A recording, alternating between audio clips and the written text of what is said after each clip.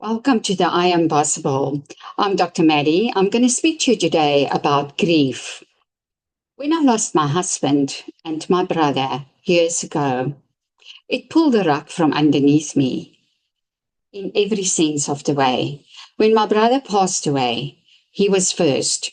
I couldn't deal with the thought of my brother that's no more there.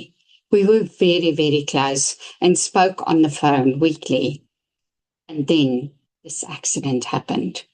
I couldn't act or react because I was pregnant at a very late age and a late stage in my pregnancy. So I didn't want to lose my only chance to have a child.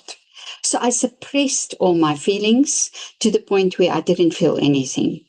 And I just continued. Family members sent psychologists to me to try and assist me. And they found it's so unusual for somebody not speaking about it.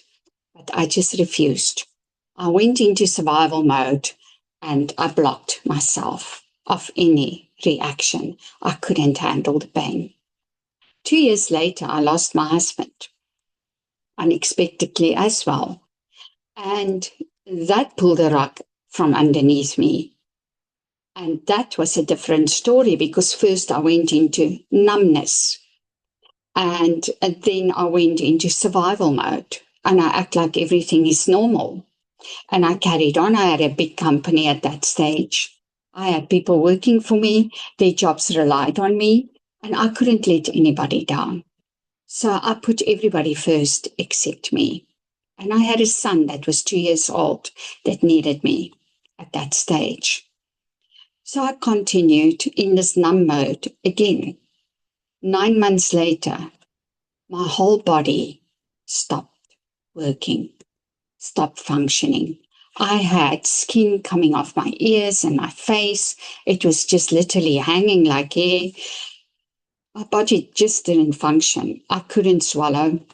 I had backache. I couldn't eat. I couldn't sleep. I had no energy. I couldn't think straight. Had a small accident and I lost my memory. I was forced to be home. One of my girlfriends came and said, Maddie, I cannot stand looking at you like this. I don't know you like this. I'm taking you to a spiritual teacher, which she did. It was the first time ever I met one. And we started to go through the process. And that's when I realized not only did I not process my brother's death, I didn't process my husband's death, I didn't process my childhood trauma. So my husband's death was a cherry on the cake at that stage. And I had all this built up inside of me, never dealt with. And now it was compounded trauma that not only affected my spirituality, I felt disconnected, but it affected my mental health in total. It affected me, my physical health, and I could not function as a normal person. So grief often takes us on a path of not only dealing with the loss, but dealing with trauma that's suppressed in the body that needs to come out and needs to be taken care of in order to move on. I felt like I lost my identity in total. I had no idea who I was. I had no idea who I want to become. But I did know I'm a director of a top 10 company, but I knew that's not my purpose. That's not my spiritual purpose. I was seeking more meaning in my life. I was seeking purpose. I also knew amongst all the hard sore, for the first time in my life, I'm free to be me. But who am I? So grief can take you on a journey of a rediscovering of you that you've never, ever experienced before. And of course, there's different griefs. We can We can lose a career and grieve about that. We can get divorced and we grieve about that relationship that we got so used to and didn't work out, but it's still causing grief inside of us. Betrayal can cause grief in our lives. Lost dreams and opportunities that we sometimes do not take because we overthink it, we don't believe in ourselves, that can cause grief afterwards.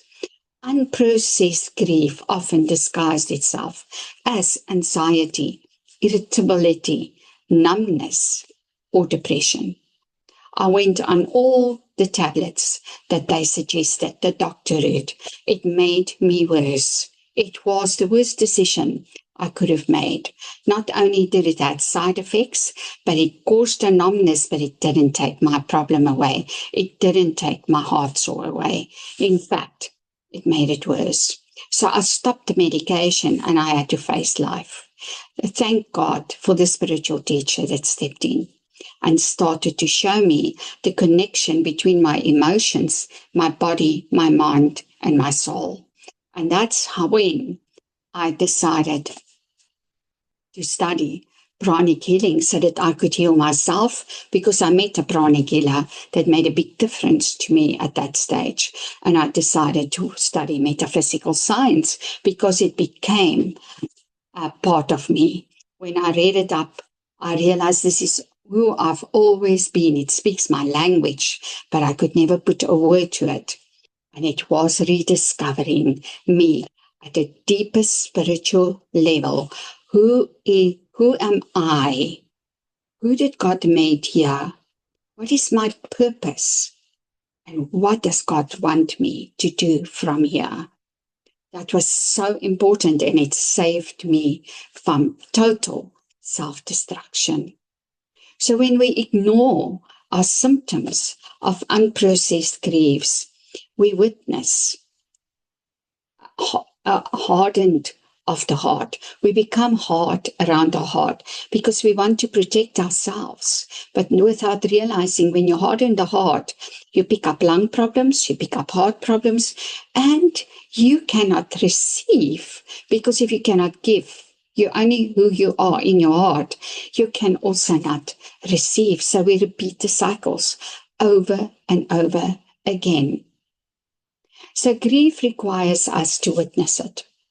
It requires you to sit back, have compassion for yourself, witness what you feel, write it down so that you can see it, and in the next column next to it, a solution.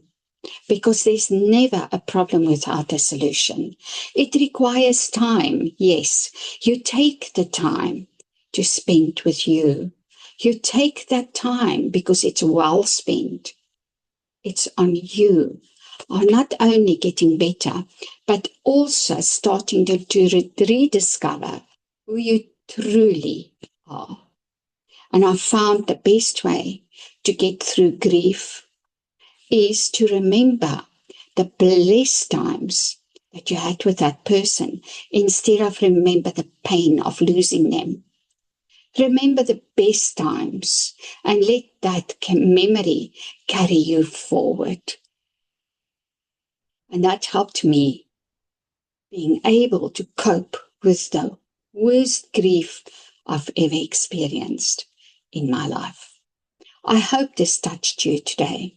I hope that somewhere in my conversation today, you will find gold nuggets that will assist you with your grief.